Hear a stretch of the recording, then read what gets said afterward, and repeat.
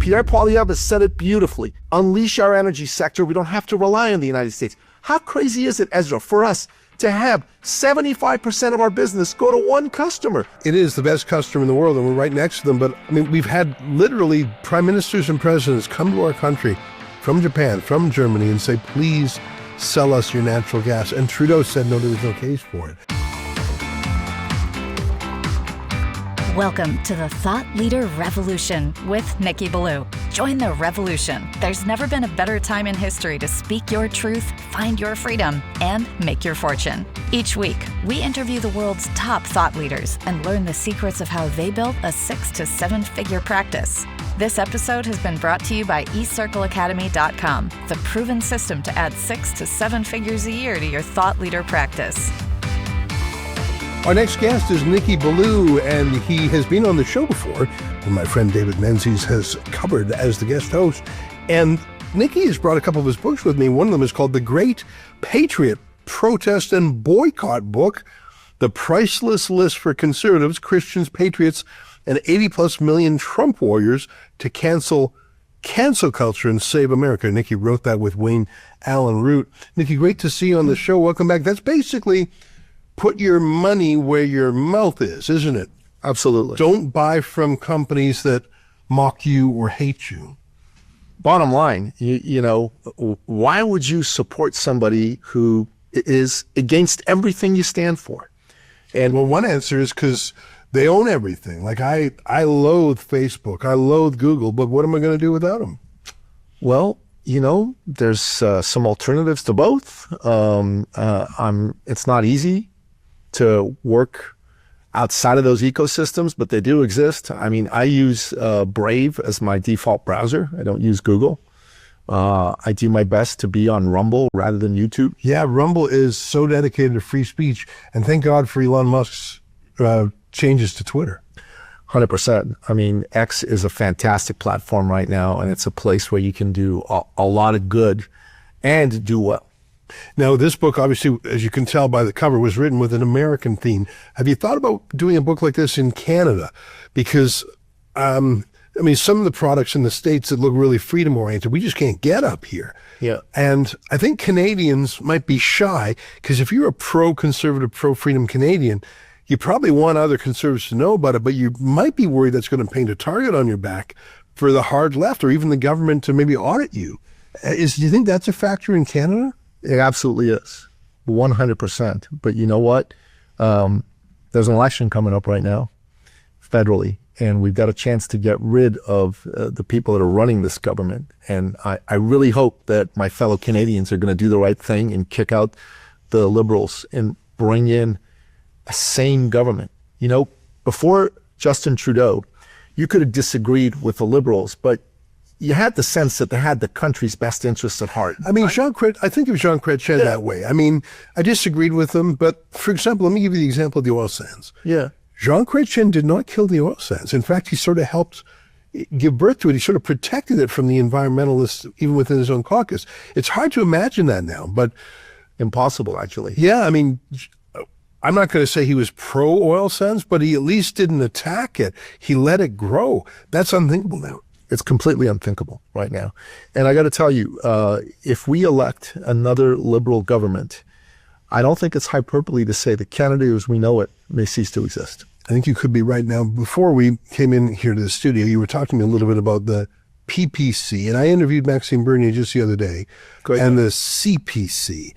And what are your thoughts on that? Because I always ask Maxime Bernier the same question, which is, because we don't have a proportional representation system. And we don't. I mean, I've been to countries where if you get 5% of the vote, you get a seat. Yeah. And they spread it out. So you could get, but in Canada, you could get 30% in every riding, come in second in every riding, and get theoretically and get 0 seats. So I put it to Maxime Bernier, you may be an idealistic choice, but how can you make the case that you have a possibility of winning? And I'm not saying it in a mean way. I just want him to answer the essential challenge of his predicament. And I'm not sure if he persuades me with his answer. What's your view? Because I know you've been a PPC supporter. Sure, I voted for them in the last election. I've interviewed Maxime on my podcast as well. I love Maxime. I think he's an amazing man. I think the ideas that he has are the ideas that we need to be implemented in Canada. And I said to him when I had him on my show that I believe you've moved the Overton window in such a way that the conservatives right now have become far more conservative than they were 2, 3, 4, 5 years ago, certainly under O'Toole and under the previous leader before him. Andrew Scheer. Andrew Scheer, right. He's easy to forget. He's a forgettable guy, no question about it. Sorry, Mr. Scheer. But the truth of the matter is that in this particular election, voting for the PPC carries great risks with it. It's a close election, let's face it, right? Yeah, the very. polls are showing that Carney's ahead. I just don't believe the polls. I think the Kamala effect is in place right now here in Canada. And I'll tell you why. Whenever Pierre has a rally, thousands of Canadians are flocking to go see him. This is not a typical political rally for Canada. I mean, in Toronto, when he was at the Pan Pacific Hotel, I had a friend of mine who showed up 2 hours early and he still couldn't get in. He still couldn't get in. There were thousands of people lined up behind him. In Hamilton, he had 5,000 people to come and see him speak. This has happened in the U.S. with Donald Trump, but it certainly hasn't happened in Canada. So that tells me that there's an appetite for change. But the truth of the matter is, a lot of people are thinking, okay, Carney's a change from Trudeau, but he isn't. He isn't. He was Trudeau's key economic advisor. Trudeau's green energy policies are essentially a download from Carney's brain. And Carney has said that he has no intention of repealing Bill C-69, right, which is the pipeline bill. Right. How do you reconcile keeping Bill C-69 with your plans to build infrastructure in Canada? Do you plan to repeal Bill C-69? We do not plan to repeal Bill C-69, to answer your question directly. That is the death knell of Canada's economic prospects. Energy is what's going to make Canada be able to stand independently, strong, and free. Pierre Poilievre has said it beautifully. If we unleash our energy sector, we don't have to rely on the United States. How crazy is it, Ezra, for us to have 75% of our business go to one customer? Yeah. Don't you think that makes zero sense? Do you run your business like that? Well, I mean, it is the best customer in the world, and we're right next to them. But I take your point that had we built those pipelines to open water, we could be selling. I mean, we've had literally prime ministers and presidents come to our country from Japan, from Germany, and say, please sell us your natural gas. And Trudeau said, no, there was no case for it. So they ink a deal with Qatar, or they ink a deal with other. It's really crazy. From us. Yeah, I know. I mean, I wrote a book called Ethical Oil. Well, let me ask you. You mentioned the Kamala Harris, and I think that's a great analogy because Joe Biden was looking like he was going to blow up, and the Democrats did an emergency, pushed that emergency button, replaced him with Kamala Harris. Same with Trudeau.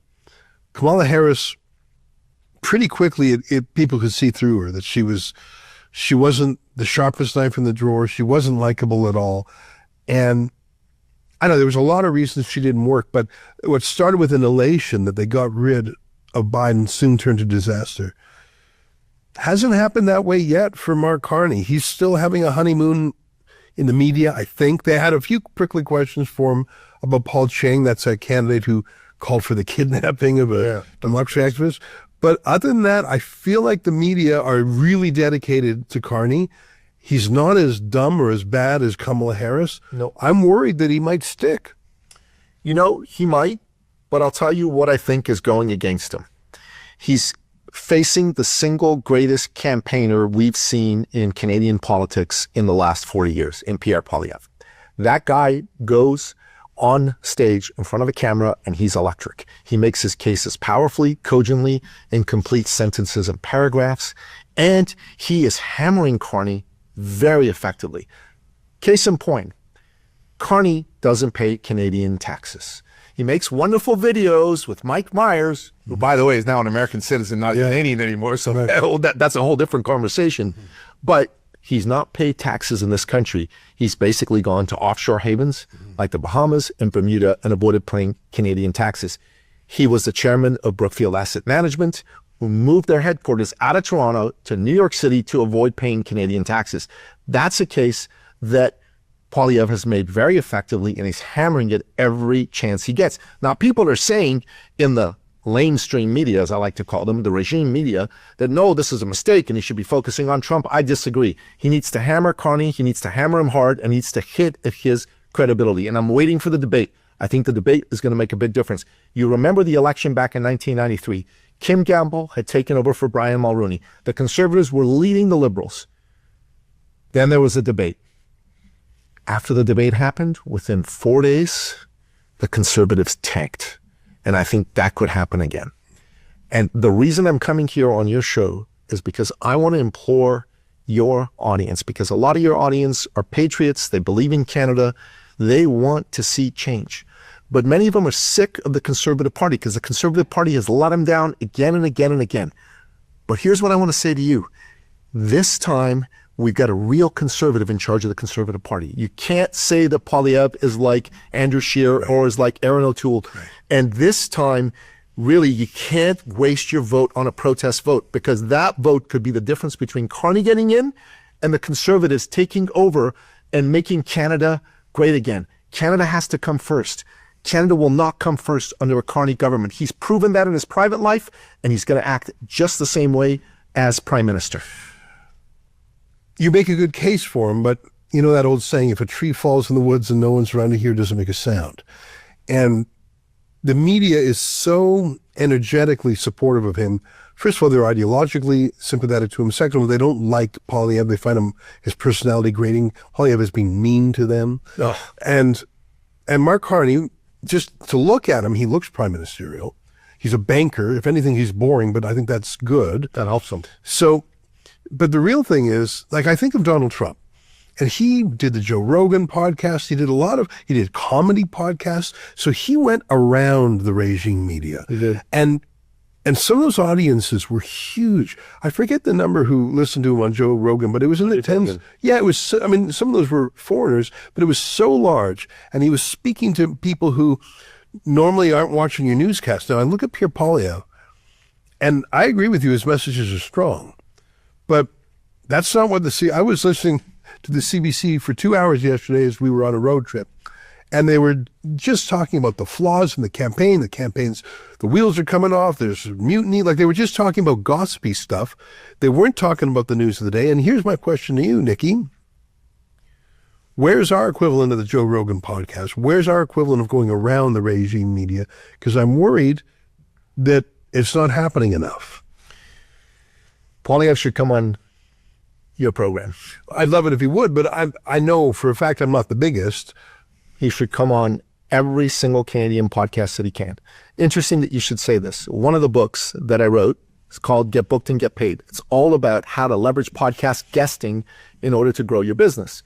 But when I go and I do talks in front of business groups like Entrepreneurs Organization and others, I talk about the fact that, love him or hate him, Donald Trump has completely disrupted the political game by going on podcasts. Him going on podcasts, I estimate, Ezra, won him an extra 4 million votes. He won just over 77 million votes. Kamala won just under 74 million votes. The margin of victory, was less than the number of additional voters that he got as a result of going on podcasts. I hope Mr. Poilievre is listening to this particular interview. Mr. Poilievre, go on every major Canadian podcast that you can. Go on Ezra's show. Go on other show. You went on Jordan Peterson. That was good. That got a lot of views. Yeah. But it was a while ago. Yeah, it was. Do it again. Yeah. Do it again. Do it again. Do it again. And keep hammering at this charlatan marketer that is Mark Carney. Mark Carney doesn't believe in Canada.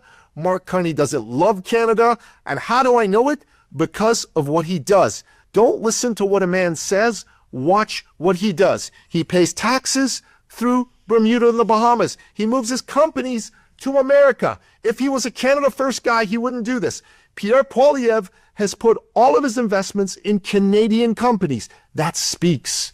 That speaks powerfully. And I got to say this. I got to say this to my American friends. I'm a big fan of Donald Trump. One of my books was endorsed by Donald Trump. I'll get you a copy of that one on Truth Social. It was because of Wayne, not because of me, but it was still endorsed by Donald Trump. It's pretty cool. I think he's the greatest. But honestly, he's not doing those of us that want to see a great Canada any favors by this 51st state crap talk. He's got to cut that out. Listen, Canadians are a polite people, but nobody should mistake our politeness for weakness. We are the soldiers who helped win World War II. After the raid in Dieppe in France, when all the Canadian soldiers were massacred by the Germans, we wanted payback. When the D-Day landings took place and the Germans knew they were going to lose, they were prepared to surrender to American soldiers. They were prepared to surrender to British soldiers. They were not prepared to surrender to Canadian soldiers because Canadians from the high command on down had said, give no quarter, kill every one of these sons of guns. And the German soldiers were these small metrosexual type dudes who were 5'7", 5'8". The Canadian soldiers were 6'2", 6'3", raw-boned boys from Saskatchewan and Manitoba, and they smashed the Germans to pieces. And what happened after 9/11, Ezra? Canada opens its doors to America. The people of Gander and Newfoundland took all those stranded American travelers and brought them into their own homes. Who was the first country to say, we're going to fight side by side with you in Afghanistan? It was Canada. Canada is a great country. Canada is a strong country. Canada is a country with good men, powerful men like you and our soldiers who've always stood up for what's right and for freedom. And Mr. Trump, Mr. President, I love you, but cut this crap about the 51st state out and stop saying that you prefer to deal with a liberal. Because let me tell you something, those people are antithetical to everything you and the MAGA movement stands for. The conservatives in Canada are much more ideologically aligned with you. They're the ones who are likely to grow our military. They're the ones who are likely to shut the border down to fentanyl traffickers.